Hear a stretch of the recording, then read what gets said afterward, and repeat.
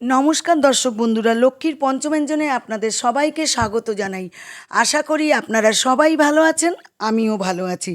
আজকে আরেকটি জ্যান্ত বাটা মাছের রেসিপি নিয়ে চলে এসেছি। হালকা পাতলা ঝোল, দেখুন বড়ি, বেগুন, আলু দিয়ে। আসুন তাহলে দেখে নিন কীভাবে আমি রেসিপিটি তৈরি করি। সবার প্রথমে আমি সরষের তেল গরম করে নিলাম, তারপরে বড়িগুলো ভেজে তুলে নিলাম। এবার আলুগুলো ভেজে নেব। আলুতে লবণ আর হলুদ দিয়ে দিলাম। আলু ভাজা করে নিচ্ছি আমি, হয়ে গেছে। এবার আমি আলু ভাজা তুলে নেব। একটা অনুরোধ, ভিডিওটা টেনে দেখবেন না আপনারা। এবার আবার সরষের তেল দিয়ে দিলাম। তেল গরম হয়ে গেছে।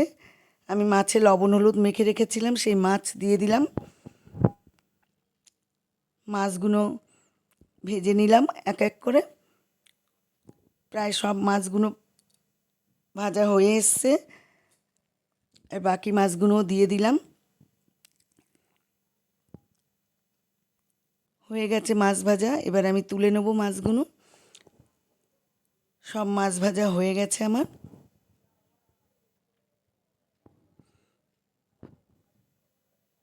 এবার আমি জিরে নিয়ে নিলাম।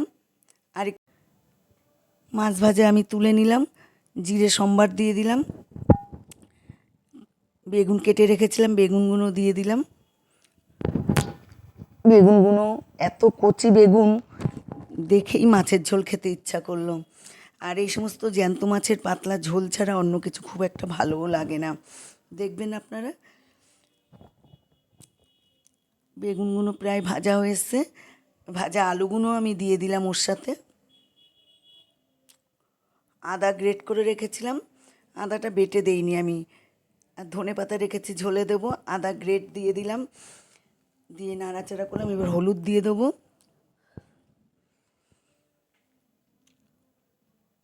জিরের গুঁড়ো দিয়ে দিলাম 1.5 চামচ, ধনের গুঁড়ো দিয়ে দিলাম 1.5 চামচ, একটু সামান্য লঙ্কা 1/2 চামচ দিয়ে দিলাম গুঁড়ো।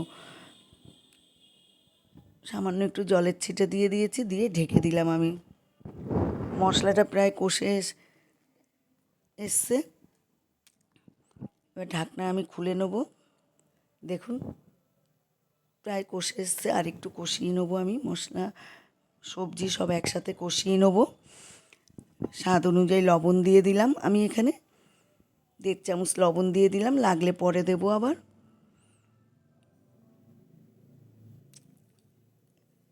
প্রায় ভাজা হয়ে গেছে, এবার জল দিয়ে দেবো আমি। জল দেওয়াটা দেখানো হয়নি, ক্যামেরা বন্ধ হয়ে গেছিলো। জল দিয়ে দিয়েছি। আর কিন্তু অবশ্যই মনে রাখবেন গরম জল। আমি কোনো রান্না গরম জল ছাড়া করি না। দেখুন গরম জল রান্না করলে একটা আলাদাই টেস্ট হয়। ঝোল ফুটে উঠেছে। এবার এখানে আমি বড়িগুলো দিয়ে দিলাম, মাছগুলোও দিয়ে দেবো, দিয়ে একটু ফুটিয়ে নেব। আপনারা এইভাবে বাড়িতে অন্তত একবার হলেও তৈরি করে খাবেন, সবাইকে খাওয়াবেন। ছোট থেকে বড় পর্যন্ত সব চেটেপুটে খেয়ে নেবে দেখবেন এরকমভাবে ঝোল করলে।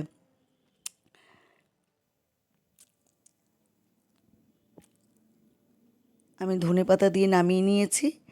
এবার সার্ভ করে দিলাম। দেখতে যেমন সুন্দর হয়েছে, আশা করি খেতেও ভালো হবে। ভিডিওটি যদি ভালো লাগে লাইক, কমেন্ট, শেয়ার করে দেওয়ার আপনাদেরকে অনুরোধ রইল। আর এই ঝোল মনে করবেন গরম আগুন আগুন ভাত দিয়ে ভালো লাগবে। আমার চ্যানেলে নতুন সদস্য হয়ে থাকলে অবশ্যই চ্যানেলটি সাবস্ক্রাইব করে পাশে থাকবেন। ভালো থাকবেন, সুস্থ থাকবেন। নমস্কার।